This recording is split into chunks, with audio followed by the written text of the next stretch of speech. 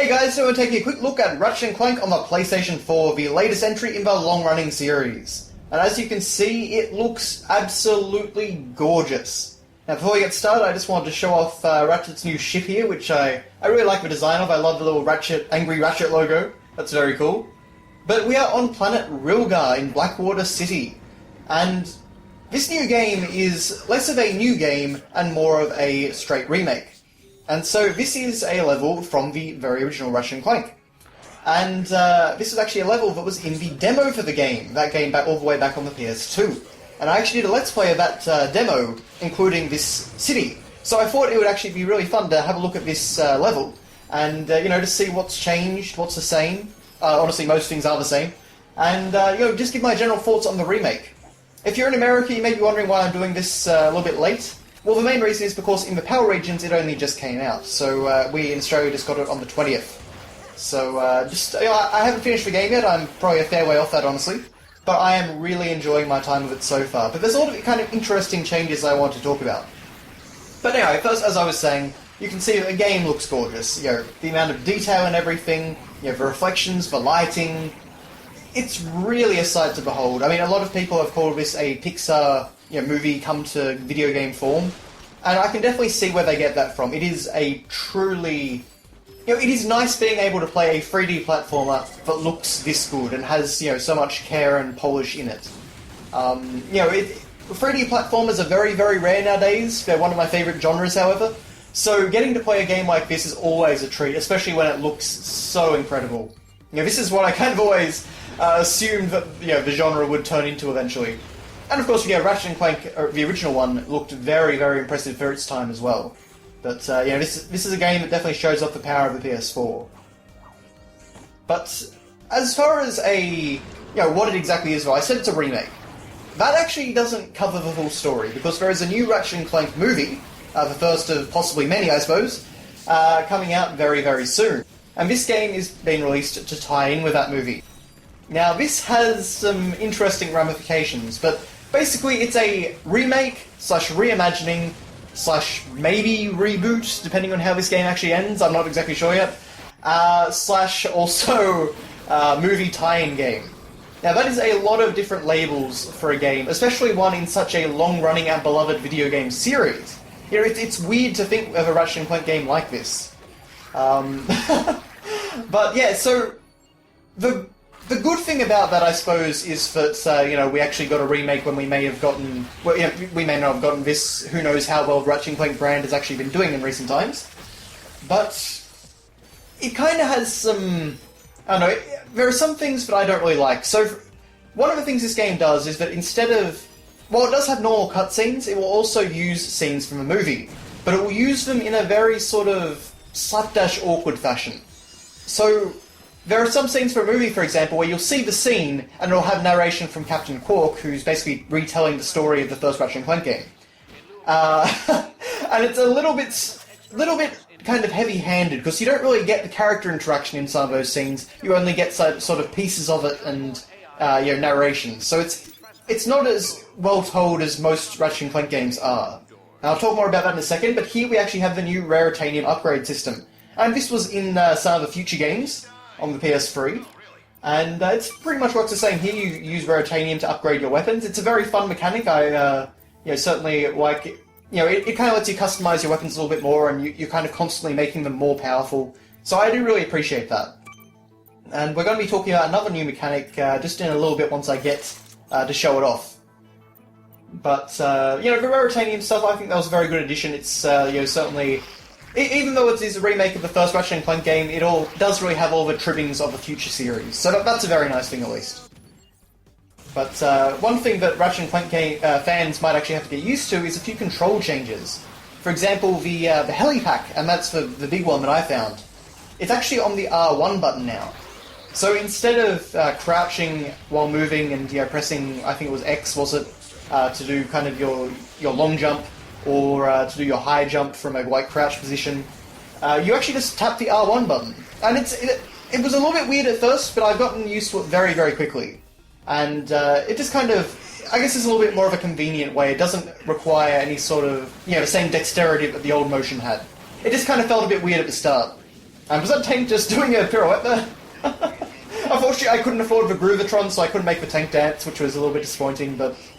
You know, it's pretty cool to see, you know, all these enemies remixed in, you know, much better graphics. I must say, though, the Amiiboid enemies, they are much tougher than they used to be.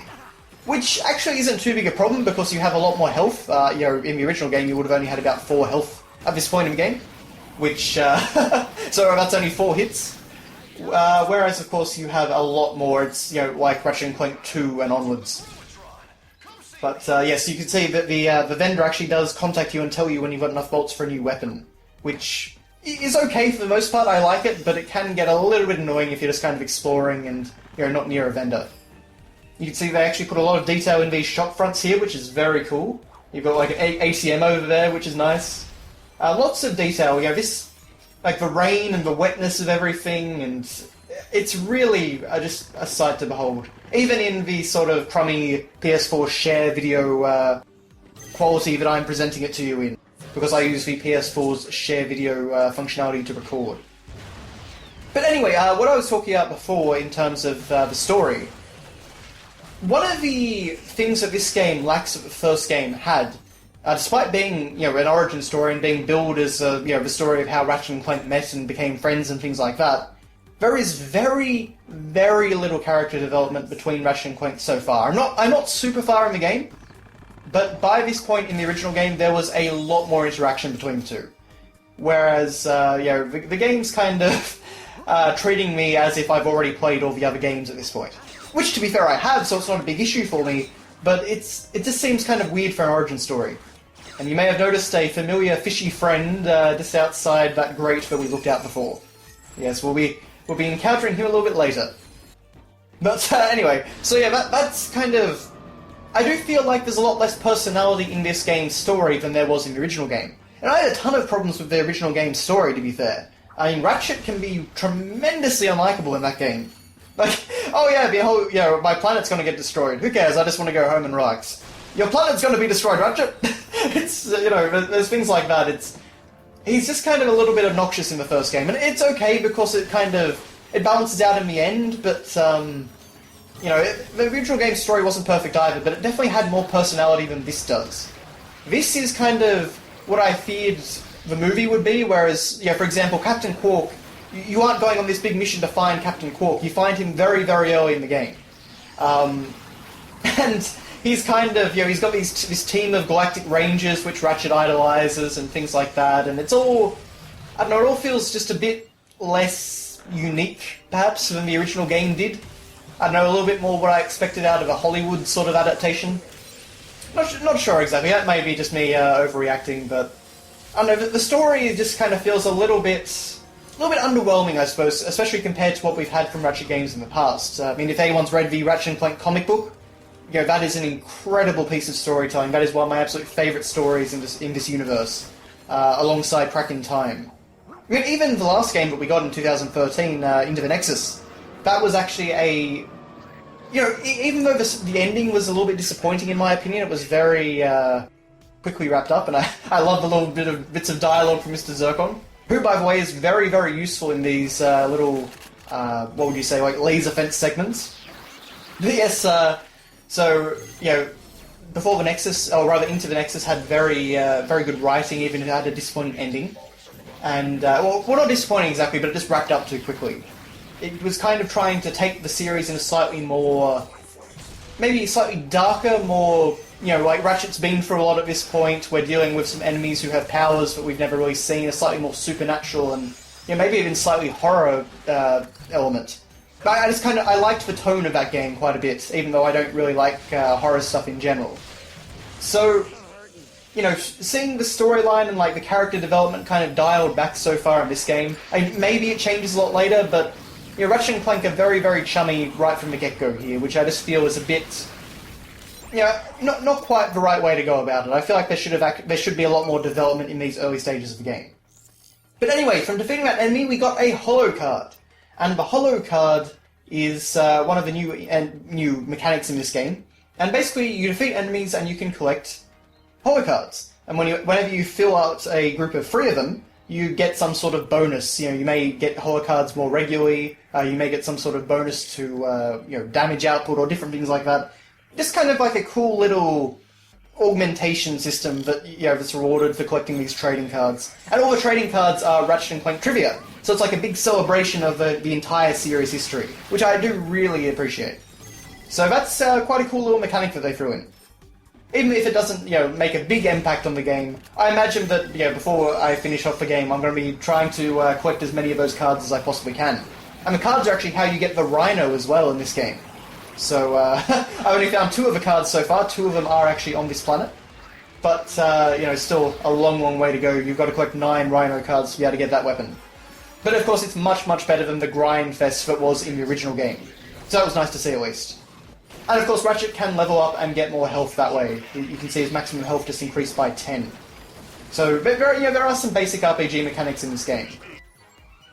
But, despite my gripes with the story, this game still feels fantastic. It is so much fun to play.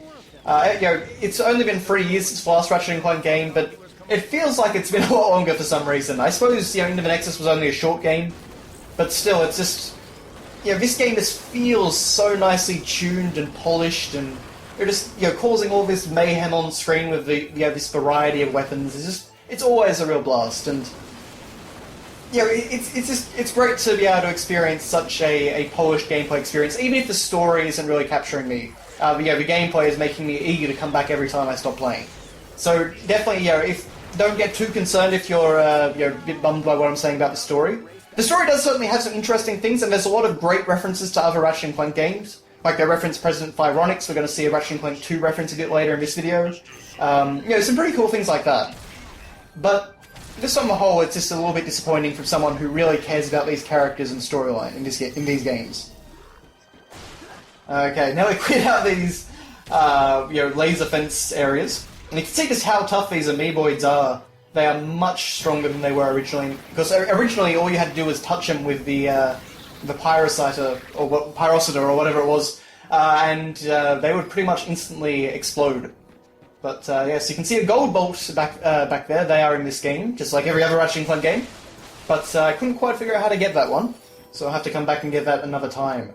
Gold bolt bolts. I don't know why I can't say bolts. Actually have pretty good usage in this game because you can unlock different appearance effects and screen effects, cheats like invincibility and infinite ammo.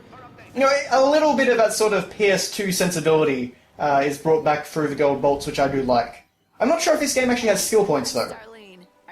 Now, these cutscenes here, you can see it's just kind of 2 people and, cuts between them like this. It's kind of a very stilted-looking scene, isn't it? And I'm not exactly sure what the issue was, because, this game certainly wasn't rushed. It got an extra year on its development. It was originally supposed to come out in the first half of 2015. But a lot of the kind of, character talking to other character cutscenes in this game are very, very stilted like that. They've got very basic animation. They don't quite fit the expression that the voice actors are clearly trying to give. And it's just kind of one of those aspects of a presentation where, the rest of the game looks so amazing. And when they actually do try and they do proper cutscenes in this game, they look fantastic too. They look truly Pixar quality. But then, just, those sort of talking scenes, all the scenes with Skid McMarks earlier in the game are much the same. It's just a little bit kind of, off-putting, I suppose you'd say. It's one of those things where it's like, they just didn't quite go that extra mile, which is a little bit disappointing. But anyway, we do have the hoverboard races, and they're pretty much just like they were in the first game, although a little bit more expansive, as you can see. Oh yes, so I believe that was just the ad for the Proto-Pet, which is actually the big plot point in Ratchet and Clank 2. So that was just a cool little reference that they threw in as a sponsor of the hoverboard race, which I thought was just a very nice little touch. But anyway, as you've been able to see, I'm sure if you've played Ratchet and Clank 1, most of the level design and kind of content that we've been playing through is almost identical to the original game. And depending on who you are, that'll either be a good thing or a bad thing. There is original content. There are level design changes in different planets. Things have been moved around, kind of changed, and some things are easier, some things are a little bit more challenging. on the whole, I think they struck a pretty good balance. I'm certainly not feeling gypped that all the levels are the same or anything like that. It feels like it has just enough new to be a remake, without kind of sacrificing what was good about the original game. And particularly, I've got to say, Blackwater City was one of my favourite levels in the original game. For whatever reason, I suppose just because I played it on the demo a lot. Now you can see, actually, we've got some Ratchet and Clank aliens like the fungoids from Crack in Time up there. And for some reason, the fungoids are on every planet in this game, as far as I can tell. They're always in the crowds. And I'm not exactly sure why, because it doesn't really line up with the lore in Crack in Time, with what the fungoids are. They're not really a super advanced people. But anyway, just a little quibble from a Ratchet and Clank fan. Of course, we probably have better. Yeah, so Ratchet's personality in this game is quite different to how it was in the first game. Of course, he's actually played by James Arnold Taylor, who's played him ever since Ratchet and Clank 2.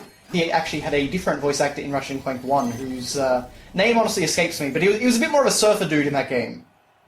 But you can see there's actually a cool little trophy room here that's like a Skids McMark's shrine, who's like a Tony Hawk sort of character. You can see there's actually a Rhino card just in there, if you can get to it. Lots of cool little details in the world like that. Hey, wanna race again? But anyway, so that's my sort of general quick impressions of Ratchet and Clank. Let's take a dip and meet an old friend. So yes, if you're not quick enough, he will eat you and, very, very violently kill you. But anyway, that is it from me, so thank you very much for watching, guys. If you have any hesitation, I absolutely do recommend picking up the game. It's a little bit disappointing for me in some ways, just as a Ratchet and Clank fan, but in terms of the gameplay, it is, by far one of the best 3D platformers I have played in a long time, and I'm having an absolute blast with it. So thank you very much for watching, guys, and I will see you next time.